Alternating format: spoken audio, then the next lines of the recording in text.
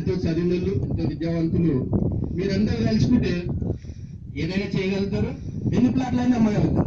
ఎందుకంటే మనం ఈ పెద్ద పెద్ద స్టార్ హోటల్కి పోతే ఏముంటుందంటే నిమ్మకాయ నీళ్ళు ఇస్తుంది, తర్వాత చేతులు కట్టుకొని. కానీ అయితే మేము హైదరాబాద్ స్టార్ హోటల్కి పోయినాం. పోయినాక నేను ఇంకో ఆయన పోయినాం.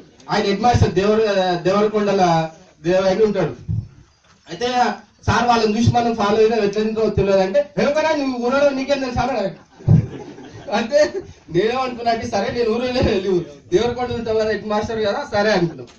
అయినాక అందరు తిన్నాక వాడు నీళ్లు నిమ్మకాయ తెచ్చిచ్చింది. ఇక తెచ్చినాక వాడు ఏం చేసిండు, అక్కడికి ఎవరు చూస్తలేడు. అట్లా కాదా, తిన్నాక వేడి నీళ్ళు అయితే కడుపులో జీవం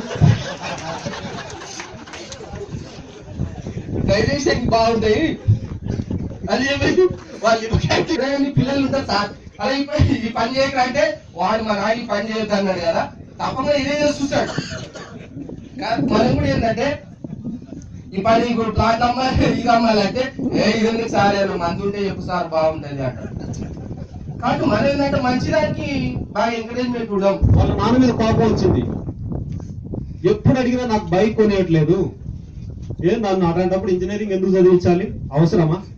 అందరూ మా ఫ్రెండ్స్ అందరూ కొంటున్నారు, నాకెందుకు కొనియొచ్చు కదా, ఇంజనీరింగ్ ఒక బైక్ కొనియలేను, నన్ను ఇంజనీరింగ్ చదివించడం అవసరమా అని కోపంతో నైటే షర్ట్ వేసుకొని ఎంత స్పీడ్కి వెళ్ళిపోయాడు అనుకుంటే, అంటే తను వేసుకున్న షూ వాళ్ళ